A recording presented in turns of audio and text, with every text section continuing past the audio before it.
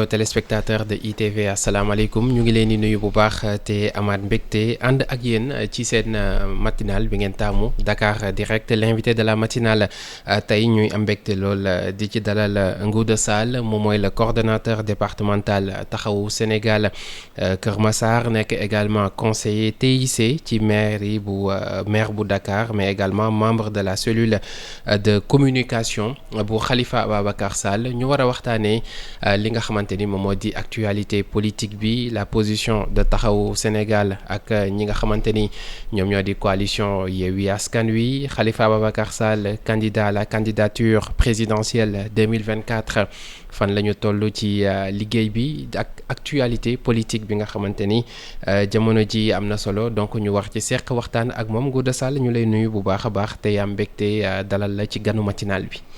Mohamed maa ngi lay nuyu di nuyu bépp auditeur bu iRadio di nuyu aussi donc bépp donc képp koo xam ne yaa ngi seetaan télé bi donc di ITV.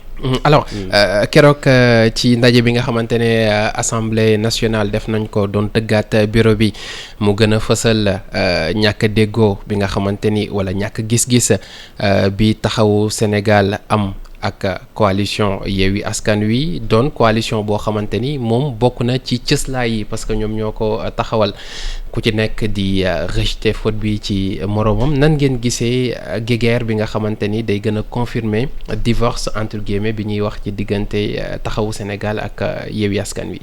C'est tout de même dommage qu'on en arrive là je crois que ñun suñu coalition Yewwi Askan Bi dafa am lu ñu jaayoon askan bi mooy rupture ci wàllu comportement rupture ci wàllu doxalin mais bu ñu ñëwee effectivement que ay nit jàpp ni coalition bii ñu bokk tabaxandoo àndandoo ko wër Sénégal am beaucoup de maires à peu près 80 maires au niveau national wër ko àndandoo ko ba am 53 députés au niveau des élections législatives li charte bi waxoon mooy que bu élection présidentielle jotee ku nekk dem donc liggéeyal pour sa candidat mais loolu ñu seetlu ni depuis bi nga xam ni en tout cas Khalifa Ababacar Sall confirmé na ni day doon candidat depuis lors ñu gis comportement en tout cas jikko yi di feeñ d'abord dama koy joxe chrono xëy na assemblée moo ci mujj nga permettre moo ma joxe chronologie bi ci njëkk bien sûr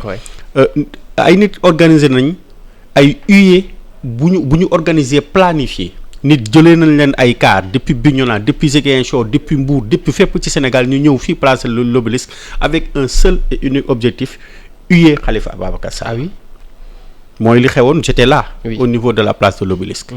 ñu pare ci loolu ñu wax dialogue ñun taxawu Sénégal ñu proposé ni taxawu Sénégal bu mu dem dialogue Pastef bu mu dem dialogue PUR bu mu dem dialogue waaye na Yewwi Askan Bi ak F24.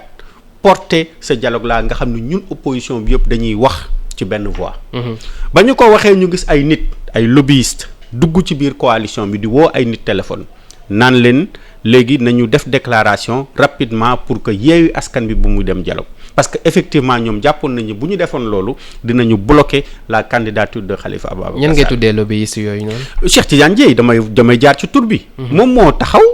woo Ahmed Aïdara wax na ko ci émission ne moom moo ko woo ne ko il faut que ñoom ñu jël décision pour que Yewwi bañ a disons dem ci dialogue bi sans même avoir les termes de référence balaa ngaa rejeter dara mais xamal le contenu au fait amagoo terme de référence nga ni dialogue bii du ma ca dem mais na nga mën a amee yow la responsabilité ne du ma dem ci dialogue nangulal une plateforme comme taxawu Sénégal mu mën a dem dialogue ñu jóge ci loolu ñu teg ci ay fan bureau municipal de la ville de Dakar ñu xam ni que au niveau de en début 2023 ci la Cour suprême jëloon décision ne bureau bi nañ ko kase Barthélémy Dias annoncé que en conseil municipal ne moom du ko appliquer ñu dem ba forum bi tout juste avant forum bi fi amoon sur l'économie sociale et solidaire préfet joxaat ko injonction ne ko da nga ko war a appliquer parce que c'est une décision de justice sinon man mi assurer le contrôle de légalité le contrôle a posteriori man dootuma valider ti bépp acte bu jóge ci ville de Dakar. ci loolu ci la woote ñu defaraat donc le bureau municipal avec une commission dirigée par le doyen Ibrahima Seydi de HLM moom mu jiite commission ñu woo parti yëpp ñu toog waxtaan. mais li ñuy wax dañ koy mën a nangu ay parti kaas ni ñun comment Pastef peut avoir 12 conseillers sur 100 dans le conseil municipal et se retrouver avec 6 adjoints au maire. Donc il fallait faire des réglages et des rééquilibrages. ci loolu ci lañ proposé ne Pastef nan la jox ñetti postes. Il n'a jamais été question d'ailleurs à cette réunion toutes les réunions Pastef était présent à cette réunion donc bi ñu ñëwee ñu jox leen en tout cas mu am adjointe au maire la présidente des femmes de Dakar du Pastef jël poste am ni ci des ne ñoom dañoo gedd. mais c'est parce que boobu ñoom dañ ni mbir yi commencé woon na tagatémbe un peu moo tax ngeen. proposé loolu parce que ñoom li ñuy casse plus dañ ne. oui bi Abbas Fall jógee premier adjoint donc ka war a remplacer dafa jóge Pastef mais li leen Barthélémy Dias wax. man nekk maire de Dakar nga xam ne tey aujourd'hui la ville de Dakar se positionne au niveau de la diplomatie des collectivités locales maire de Dakar poste yi mu am à l'international souvent il est dans l'obligation de voyager. mi ne ki ma war a wuutu bu may voyager dafa war a am un peu de vécu en matière de gestion des collectivités locales am un peu d'expérience madame le maire Ngoné Mbengue elle avait le profil mi ngi ci 3e mandat am na profil bi donc moom day jóge 3e ñëw 2e mais li important l'ordre importe peu li important mooy compétence yi ñu lay jox. ñu jóge foofu boobu beneen acte la. avant même la fin de l'installation du bureau municipal ñu gis comité yeewu askan bi ñu ne dàq nañ taxawu Sénégal ci biir coalition bi. ça me fait même rire. communiqué boo xamante ni jàng nañu ko suma juumul le 10 août la woon côté yooyu noonu. waaw côté yooyu. mais li ñu ci gën a jaaxal mooy ñoom dañ ko def ne. ville de Dakar dañoo casser la dynamique de Yewwi alors que ñoom tous les partis de Yewwi sont représentés dans le municipal même parti yi nga xam ne am na 4 ou 5 partis yoo xam ne benn conseil la ñu am à la ville dañ leen jox adjoint au maire donc l'esprit de Yewwi était préservé.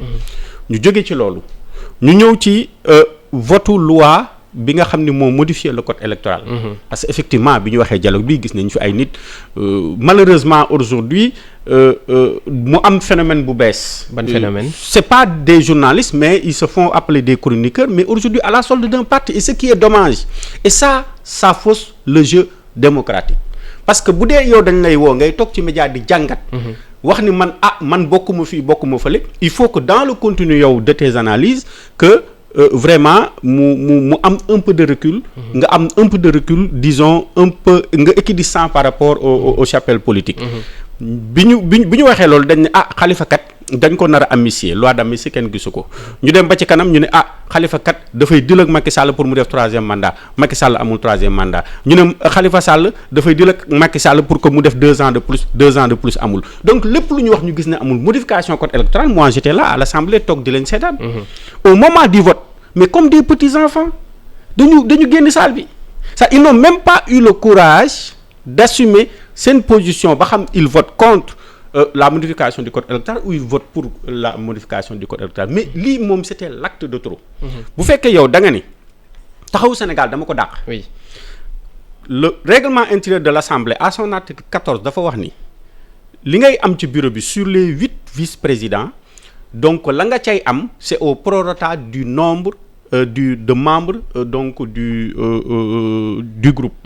donc bi ñu amee 53 députés y compris les 14 députés de taxaw d'ailleurs gis naa même des candidats à l'élection présidentielle toog ci ay plateau ne parrainage duñ ko indi 13 députés parce que taxaw 13 députés la am. taxaw à 14 députés ñu ngi koy wax que ni dañ ko taillé sur mesure. pour que ñu mel ni yéen mën a mais fi ñu faussé ñoom du ñu juum. taxaw 14 députés la am. et pour preuve bi ñu démissionné 14 yi dafa feeñ il ne reste que 39 députés dans le groupe Yewwi Askan bi léegi yow bu fekkee da nga ni man samay 14 députés. da nga maa exclure donc bul ma dugal ci sa calcul mooy yow génnee ma ci sa calcul et nga assumer ñoom dañoo réunion 48 heures avant. parce que fii nag lépp dañ koy yëg. oui au siège du PUR ñu partager ñoom seen biir. postes yi. c'est-à-dire que lépp loo xam ne Yewwi Askan bi amoon nañ ko ci biir ñu génnee tous les postes au moins xam nga dañuy toog di comparer avec la ville de Dakar ville de Dakar fële yow. jox nañ la 3 adjoints au maire. Tout ce qui était président de commission reste président de commission à la ville de Dakar nga ñëw à l'Assemblée nationale. nga ni yow taxawu Sénégal avec ses 14 députés à 0 vice-président 0 secrétaire élu 0 président de commission. C'était l'acte de trop. mais boobu dafa fekk gis nañu communiqué bi ñu defoon ñoom dañu wax clairement que ni exclure nañ waa taxawu Sénégal ci coalition Yewwi Askan Wi ci ginnaaw gi yéen aussi ngeen génnee communiqué que ni mënuñu leen exclure mu mel ni sëy boo xamante ni ñii bëggatuñ mais ñii ñu ngi ciy jéem a. mais bien sûr defaraat parce que on en appelle à la responsabilité. parce que bu dee yow da nga ne les députés de taxawu dama leen exclure. oui. yow bi ngay yóbbu liste. parce que c'est le président loolu la règlement intérieur am na sax ku ma woo ne ma waaw lan moo tax ngeen di dem di waxtaan ak Birame Souleye waaw waru leen ko ma ne ko loolu la règlement intérieur assemblée wax. c'est le président du groupe qui dépose les propositions pour les postes de vice-président de secrétaire élu de questeur de président de commission. donc ñun li ñu yoon may. et on a voulu poser un acte que Yewwi Askan Wi il faut pas qu'on se trompe de combat. Il ne faudrait surtout pas qu'on se trompe d'adversaire. Parce que la meilleure vérité, c'est celle-là sortie des urnes. Bi ñu demee élection législative, Benno Bokk Yaakaar dafa am 46,5%. ñun Yewwi Askan bi ñëpp maanaam Pastef. Taxawu Sénégal PUR PRP ànd saxal liggéey parti yëpp boo ko boolee on n'a pas eu amuñu lu mat 33%, on a eu 32 virgule quelques pour cent. c'est-à-dire li wax ji te bari yëpp Yewwi Askan bi 32 virgule et quelques pour cent la ñu am et ñëpp gis nañu l'intensité de la campagne des législatives man jàpp naa ne képp koo xam ne militant taxawu nga dem nga voté képp koo xam ne militant Pastef nga dem nga voté képp koo xam ne militant PUR nga dem nga voté et tous les autres partis ka fa nekk militant et responsable dem nga voté aux législatives mais yàlla moins de 33% la ñu jox. donc à l'analyse bu fekkee yow Macky Sall en tout cas deful 3e mandat. pression ou pas pression. mais quand même il a décidé parce que xëy na amoon na possibilité forcée xëy na dëkk bi gën a tàkk en tout cas il a décidé de ne pas se présenter. et ça c'est à saluer. c'est notre adversaire. nous taxawu Sénégal notre ambition c'est de mettre fin au régime de Benno notre ambition c'est de mettre fin disons au règne de Macky Sall et à son dauphin. mais dañuy reconnaître que bu defee lu baax aussi que le fait de ne pas se présenter à l'élection présidentielle c'est à saluer pour en tout cas la vitalité démocratique donc du Sénégal. léegi bu ñu amee 33%, Benno am 46%, Wallu am 14 et quelques pour cent. donc Macky Sall xëy na ka mu tànn moom officiellement mu nekk candidat du parti te boo seetee Benno tey tas na à peu près 10 personnes yoo xam ni ci 46% yoo xam ni tey candidat lañ Amadou Ba candidat la Aly Ngouille Ndiaye candidat la. Mame Boye Diao candidat la. Mohamed Boun Abdallah Dionne candidat la. Samba Ndiaye bi ñu dàq démb candidat la. Youssou Ndour candidat la. Mimi Touré candidat la. Assome Diatta candidat la donc mën nañ ko lim ba ëpp na sax 10 yoo xam ne ci 46% loolu ku ci nekk taxaw ne nga candidat nga. léegi en tout cas ci wàllu élection ñun nag ñu ciy liggéey depuis 2007. ñu gis ni il est très possible que candidat bi Macky Sall tànn muy Amadou Ba dina dem 2e tour parce que kenn mënta gagner 1er tour li Barthélémy Dias wax dëgg la. léegi yow Yewwi Askan bi mi amoon moins de 33%. oui yow fexeel ba kay dem 2e tour di jàkkaarloog Amadou Ba mu génn ci biir Yewwi Askan bi mais bu fekkee les gens sont au fait ils font la politique pas en réfléchissant. ñoom dañ jàpp ne lépp fugg la lépp xeex la lépp dictature la. yow da ngay yàq idéal bi opposition am ñun taxawu Sénégal on a voulu poser un acte ci wàllu modification en tout cas bi ñuy defaraat le bureau de l'Assemblée dañ bëggoon montrer que ni. ñun assemblée ñun les députés nañu joxe un signal fort aux leaders de Yewwi mooy que quel que soit Alpha ñun opposition. ne nous trompons pas de combat. Ne nous trompons pas d'adversaire on a un seul et unique adversaire c'est Amadou Ba. bu yàlla defee 2e tour am. ñun Yewwi Askan bi nañu retrouver wu bu yàlla defee Khalifa Sall jàll mais ñëpp topp ci ginnaaw. alors mais bu yàlla defee un candidat de Pastef jàll. que ça soit Ousmane Sonko parce que en tout cas il est toujours dans ses il est toujours dans ses recours et rien ne dit que rien ne l'interdit à ce jour. de se présenter à l'élection présidentielle bu fekk Ousmane Sonko lu ñu topp ci ginnaawam. parce que loolu mooy sauver l'opposition sinon. cet éclatement de Yewwi risque d'être très fatal. parce que Benno Siggil Sénégal soriwul gis nga 2012. Macky Sall li ko def président. parce que Benno Siggil Sénégal ba ñu tasee les antagonismes entre Moustapha Niasse ak Ousmane Tanor Dieng yàlla na ko yàlla yërëm. loolu moo indi. le fait que Macky Sall génn comme 3e larron pour ñëw nekk disons candidat président de la République du Sénégal. mais Ngouda bu ñu waxee aussi taxaw xool dañuy xool ni jamono ji dëgg la ñu ngi wax problème au sein de Yewwi Askan bi mais problème bi dëgg c'est entre vous taxawu Sénégal et Pastef. c'est plus profond que ça parce que man jàpp naa ni le parti Pastef à eux seuls quand même mënuñu jël décision donc au niveau de Yewwi. Et pourtant bu ñu ko liiree communiqué yi Yewwi def dañuy gis nettement que ni c'est Pastef. Et boo seetee moi j'aime Mohamed les hommes qui s'assument. Qui s'assument. gis nga ñi nekk des leaders dans Yewwi. Oui. nekk ci ay schéma ay calcul ak ay lobby ay nit tax toog nañ ci plateau wax ñëpp di leen dégg. ñu ne kat bu Ousmane Sonko nekkul candidat man du ma doon dem du ma nekk candidat ñoo njëkk a dem retirer fiche de parrainage. ay nit toog nañu ne ñoom taluñu politique parce que Ousmane Sonko mi ngi prison ñoom ñëpp fi mu toll nii ñu ngi ci terrain bi di def tournée bay jël avion sax di def tournée internationale. mais bu ñu laajee kan moo jël décision bi kenn di assumé wu. mais man j'aimerais bien que au fait ku mel ni Cheikh Youm mu clarifier sa position. au fait xam nga booy jël dara man jàpp ma ni tey ku mel ni Khalifa Ababacar Sall ses relations waxuma sax politique. personnelle. Oui. avec suñu kilifa di Serigne Moustapha man jàpp ma ni en tout cas moom rôle moo waroon nekk di cautionner loo xam ni dañ ci xalab taxawu Sénégal mais bu ay nit di wax ni ba jusqu'à présent le communiqué d'exclusion de taxawu Sénégal moom moo ko bind. ça pose au fait ñun ça nous heurte quelque part. mooy taxawaayu pur hein. Pas pur moi je fais la différence. Oui. Aujourd'hui rien absolument rien du tout. ne peut séparer taxawu et pur parce que li leen boole. au fait c'est une alliance historique damay fàttali 2009. oui. bi Khalifa Sall di nekk maire de Dakar. l'apport du PUR a été très important pour l'élection de Khalifa à la mairie de Dakar. ba ci gàmmu gi passé gis nga li sëñ Moustapha wax Khalifa da ko wan ni yow fii nga bokk fii sa kër la fii sa truc la. mais da ngay séparer la démarche d'un parti. la ligne d'un parti et la démarche d'une personne. man on me signale que sax au fait ki nga xam ne moo nekkoon secrétaire élu du PUR au niveau de l'Assemblée dañ ko débarquer parce que nekkul en bon terme avec Cheikh Youm. au fait moom aussi il faut qu'il ait le courage d'assumer ses positions. alors tey ñëpp dañ ni bu ñu gisee ba léegi masla bi taxawu Sénégal et tout c'est parce que rien n'est certain pour Ousmane Sonko et que yéen aussi bëgg ngeen électorat bi nga xamante ni am na ko tey bu demul ngeen mën ko am moo tax Khalifa di négocier et pourtant ñëpp gis nañu relation bi dematul. taxawu Sénégal la différence entre taxawu Sénégal ñun on n'est pas omnibulé par le pouvoir am na nit ñu taxaw fii Sénégal ne man su ma nekkul président dëkk bi day tàkk am na ñu wax fii gëmloo ko ndaw yi ne man su ma nekkul Sénégal je suis une chance pour le Sénégal d'ici 50 ans doo leen amati politicien bu mel ni man ñun gëmuñu loolu. Khalifa dafa nekk ku gëm yàlla. 2019 métti woon na trop.